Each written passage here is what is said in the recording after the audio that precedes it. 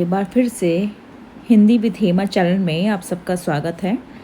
जैसा कि आप जानते हैं कि हम वाक्य कर रहे हैं।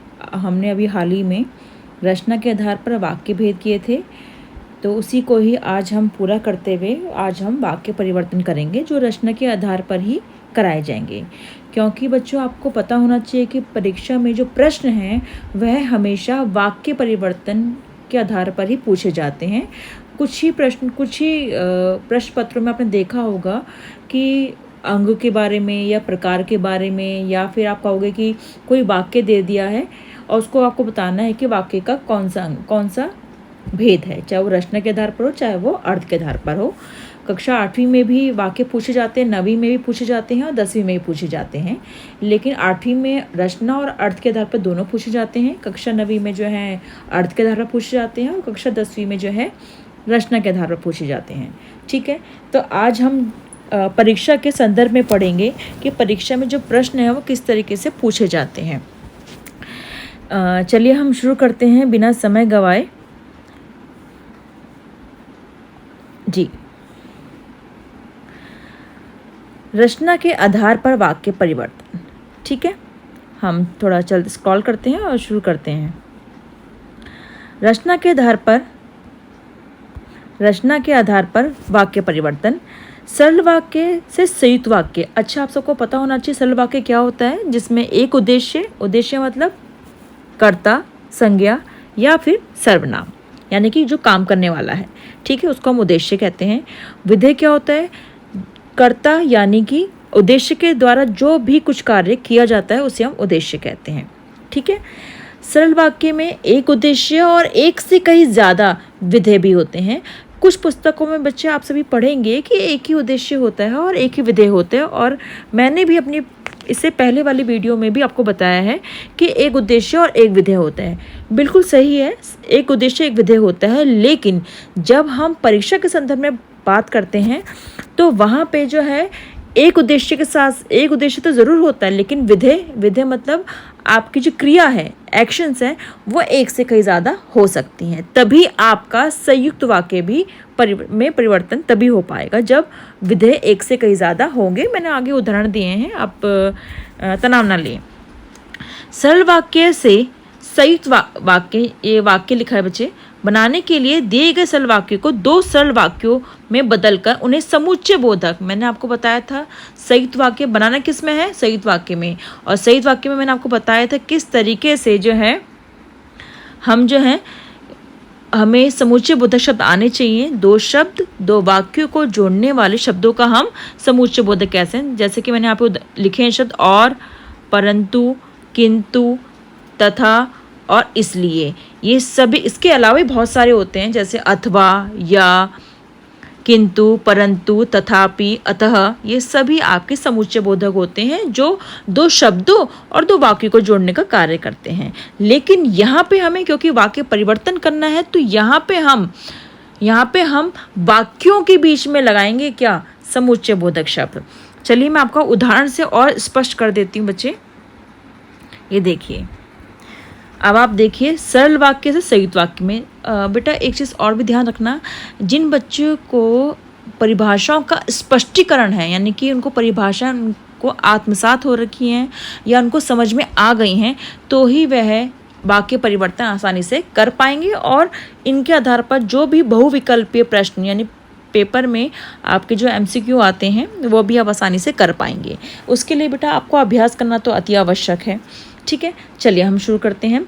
माताजी सब्जी खरीदने बाजार गई। अब यहाँ पे उद्देश्य क्या है, माताजी, लेकिन क्या इसमें विधेय यानी क्रिया एक ही हो रही है? बताइए, आप सोचिए, 2 मिनट सोचिए आप। नहीं, माताजी यानी काम करने वाले तो एक ही है, यानी यहाँ पे माताजी तो उद्देश्य है, इसमें कोई दोहराव नहीं है, लेकिन काम एक से कहीं ज़्यादा हो रहा है। पहले वो माताजी सब्जी खरीदने बाजार गई, क्रिया खरीदना भी हो रहा है, बाजार भी हो रहा है और गई भी हो रहा है, यानी कि क्रिया एक से कहीं ज़्यादा की जा रही है। अब इसको हम परिवर्तित करेंगे किस में, संयुक्त वाक्य में। अब हमने ऊपर पढ़ा है कि संयुक्त वाक्य को बनाने के लिए हमें समुच्चय बोधक शब्द इसमें जोड़ने होते हैं। तो क्या आएगा, माताजी बाजार गई। ठीक है, और क्या है, समुच्चय बोधक शब्द है। और उन्होंने क्या किया, उन्होंने सब्जी वहाँ जाकर खरीदी। सबसे अच्छी खासियत ये है संयुक्त वाक्य को पहचानने के लिए कि आपको समुच्चय बोधक शब्द इसमें पहचानने हैं। चलिए, उम्मीद है कि आपको समझ में मेरी बात आ रही होगी। 2 उदाहरण और देख लेते हैं हम जल्दी से। अमित चोट के कारण स्कूल नहीं गया। अमित चोट के कारण स्कूल नहीं गया। अब अमित क्या है? उद्देश्य है, बिल्कुल उसको चोट लगी है और जिसकी वजह से वह स्कूल नहीं गया, यानी कारण का स्पष्टीकरण किया गया है। अमित को चोट लगी थी, इसीलिए वह स्कूल नहीं गया। इन दोनों सरल, हमने ऊपर पढ़ा भी बच्चे कि 2 सरल वाक्यों को जोड़ने के लिए समुच्चय बोधक शब्द का प्रयोग किया जाता है। ध्यान दीजिए इन बातों पे। 2 सरल वाक्य ज़रूर होंगे और उनको जोड़ने के लिए हमें समुच्चय बोधक शब्द का प्रयोग हमें करना ही पड़ेगा। और ये बेटा ध्यान भी रखें कि पेपर में जब बहुविकल्पी प्रश्न आते हैं ना वाक्य से, तब आपको सबसे पहले क्या देखना है कि वाक्य में समुच्चय बोधक शब्द है या नहीं। बस आगे देखिए। अध्यापिका निबंध लिखवा कर चली गई। आपने देखो जितने भी उदाहरण ऊपर यहाँ साइड में दिए हैं उन सब में क्रिया एक से कहीं ज़्यादा हो रही है। तो अब ये मान के चलने कि आपसे परीक्षक ये पूछना चाहता है कि बच्चे को वाक्य के बारे में पता है या नहीं है, क्या वह वाक्य परिवर्तन करना जानता भी है या नहीं जानता है। ठीक है, आगे देखिए। अध्यापिका ने निबंध लिखवाया, पहला कार्य किया, और क्या किया फिर उसने? वो चली गई। एक से कहीं ज़्यादा क्रिया ले ली, लेकिन उद्देश्य हमारे पास सिर्फ एक ही है। ठीक है, उम्मीद है कि आपको समझ में आ गई होंगी बातें। चलिए हम आगे चलते हैं। अब देखिए, अब इससे पहले जो हमने किया था, इससे पहले हमने सरल से संयुक्त वाक्य बनाया था, सरल से संयुक्त बनाया था। ठीक है, अब हम क्या करेंगे? अब हम सरल से मिश्रित बनाएंगे। पहले हमने सरल से संयुक्त बनाया था, अब हम सरल से मिश्रित बनाएंगे। ठीक है, चलिए हम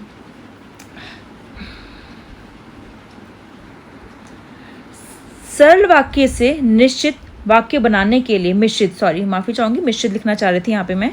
मिश्रित वाक्य बनाने के लिए सरल को 2 वाक्य कौन से? एक मुख्य मुख्य उपवाक्य और दूसरा आश्रित उपवाक्य में बदलकर उन्हें योजक कौन होते हैं? समुच्चय बोधक को कहते हैं। लेकिन ये योजक जो होते हैं वो जो होते हैं समुच्चय बोधक से अलग वाले होते हैं आपके। ठीक है, ये इनको भी समुच्चय बोधक कहा जाता है। कई पुस्तकों में आप देखोगे कि वहाँ पे समुच्चय बोधक या फिर योजक चिन्ह यही होते हैं आपके। ये वाले जो होते हैं आपके, ये योजक चिन्ह होते हैं, और जो ये होते हैं आपके ये वाले, ये सब आपके योजक शब्द ही कहा जाता है। योजक मतलब जोड़ने वाले ही। जैसे जहाँ, जब, जिसने, जो, की, क्योंकि आदि से जोड़ा दिया जाता है, उन्हें हम जो है योजक शब्द कहते हैं। ठीक है, हम जरा थोड़ा उदाहरण से समझ लेते हैं। बच्चे, एक आपसे भी से मेरा निवेदन है कि जब तक आप परिभाषा को समझेंगे नहीं बेटा, मेरे वीडियो बनाने का कोई फ़ायदा तब तक नहीं होगा। ठीक है, आगे देखिए। सरल वाक्य से मिश्रित बनाना है। इसमें क्या आएगा? जो, जिन्हें, जिसका, जिसकी, जब इत्यादि शब्द आएंगे। ठीक है, सरल वाक्य में जब, तब, जो, त्यों, क्योंकि, इसलिए, लेकिन, परंतु कुछ भी ऐसा नहीं आता है। अनीता ने एक डरावनी कहानी सुनी। क्या इस वाक्य में कोई समुच्चय बोधक या फिर योजक शब्द का प्रयोग किया गया है? नहीं। तो ये कौन सा वाक्य है? सरल वाक्य है। काम करने वाली कौन है? अनीता है। अनीता क्या है? उद्देश्य है। अब यहाँ पे देखिए, अनीता ने एक कहानी सुनी जो डरावनी थी। अब यहाँ पे अनीता ने कहानी सुनी क्या है? आपका मुख्य उपवाक्य है, और यहाँ से लेकर यहाँ तक जो है ये है आपका आश्रित उपवाक्य है। अब बच्चे अब आगे पढ़ेंगे भी, बड़ी क्लासेस में पढ़ेंगे भी कि आश्रित उपवाक्य भी 3 प्रकार के होते हैं। संज्ञा आश्रित उपवाक्य, विशेषण आश्रित उपवाक्य और फिर क्रिया विशेषण आश्रित उपवाक्य। ठीक है, मैंने आपको मौखिक रूप से बता दिया, लेकिन आप अपने पुस्तकों में भी पढ़ेंगे और आने वाले समय में मैं भी आपको बता दूंगी। मैंने चिड़ियाघर में एक बहुत बड़ा मगरमच्छ देखा। मैंने चिड़ियाघर में एक मगरमच्छ देखा, ये क्या है? आपका मुख्य उपवाक्य। ठीक है। मुख्य उपवाक्य का अपना एक अर्थ होता है जिसको हम प्रधान उपवाक्य भी कहते हैं। पुस्तकों में आप देखेंगे भी वहाँ पे मुख्य उपवाक्य भी लिखा है और स्लैश डाल के आप देखोगे वहाँ पे प्रधान उपवाक्य भी लिखा हुआ मिलेगा। ठीक है। जो बहुत बड़ा है, कौन है बड़ा, कौन है, यानी ये क्या है, आश्रित है। किस पर आश्रित है, प्रधान पे, इसीलिए इसको हम बोलेंगे आश्रित उपवाक्य। यानी देखो बेटा, आश्रित का मतलब भी होता है डिपेंडेंट, निर्भर, यानी कि किसी और पर निर्भर होना। तो यहाँ पे जो बड़ा है, कौन बड़ा है पता नहीं, लेकिन यहाँ ऊपर बता दिया गया है वाक्य में कि मगरमच्छ के बारे में बात हो, तो यहाँ पे चिड़ियाघर में जो मगरमच्छ है उसको देखा गया है। ठीक है, तो वो क्या है, मुख्य उपवाक्य है। और आश्रित कौन सा है, जो बहुत बड़ा था, यानी पिछले वाला वाक्य क्या है आपका, आश्रित उपवाक्य है। और एक चीज़ बेटा ध्यान रखना, जरूरी नहीं है ये जो आश्रित उपवाक्य पीछे भी आता है, ये बीच में भी आता है और सबसे आगे भी आता है। ये ऐसे भी हो सकता था, जो बहुत बड़ा था, कॉमा यानी अल्प विराम, मैंने चिड़ियाघर में मगरमच्छ को देखा। जो बड़ा था कॉमा, मैंने चिड़ियाघर में मगरमच्छ को देखा। ठीक है, ऐसा भी हो सकता है वाक्य आपका। आगे देखिए, सच्चे व्यक्ति को किसी से डरने की आवश्यकता नहीं। बिल्कुल सरल वाक्य है, बिल्कुल सरल वाक्य है। जो व्यक्ति सच्चा है कॉमा यानी अल्प विराम, उसे किसी डरने की आवश्यकता नहीं होती है। बहुत सरल। आपने एक चीज़ नोटिस करी होगी, जो ये सब आ रहे हैं, कुछ जगहों पे आपको जब भी मिलेगा। जैसे एक उदाहरण मैं आपको बता देती हूँ मौखिक रूप से। सूर्योदय होते ही पक्षी चहचहाने लगे।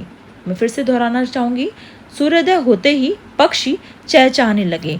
और आप उसको कैसे बदलेंगे मिश्रित में, जैसे ही सूर्योदय हुआ अल्प विराम, वैसे ही पक्षी चहचहाने लगे। ठीक है, ये इस तरीके के वाक्य आपको बनाने आने चाहिए और इसका अभ्यास आपको करना चाहिए बच्चे। संयुक्त वाक्य से मिश्रित वाक्य बनाना। संयुक्त वाक्य की परिभाषा आप सबको आती है, जिसमें समुच्चय बोधक शब्द जो हैं वो दो सरल वाक्यों को आपस में जोड़ते हैं। दो स्वतंत्र वाक्य होते हैं, उनमें एक को मुख्य उपवाक्य, दूसरे को आश्रित उपवाक्य बनाकर उन्हें योजकों जैसे जहां, जब, जैसे, जिसने, जो कि, क्योंकि आदि से जोड़कर मिश्रित वाक्य बनाना होता है। माफी चाहूंगी। अब देखिए बेटा, यहाँ पे बोला गया है कि यहाँ पे मिश्रित बनाने के लिए हमें इन वाक्यों का प्रयोग, इन शब्दों का प्रयोग करना पड़ेगा। ठीक है, जैसे हम उदाहरण से देख लेते हैं आगे। नाटक समाप्त हुआ और बताया था मैंने आपको क्या है, समुच्चय बोधक। पर्दा गिर गया। जैसे ही नाटक समाप्त हुआ, यहाँ पे अल्पविराम आना चाहिए था, जैसे ही नाटक समाप्त हुआ वैसे ही पर्दा गिर गया। मिश्रित में जैसा तैसा, ज्यों त्यों, संबंधवाचक सर्वनाम जो होते हैं वो ज़्यादातर इसी में ही आते हैं बेटा आपके। सॉरी।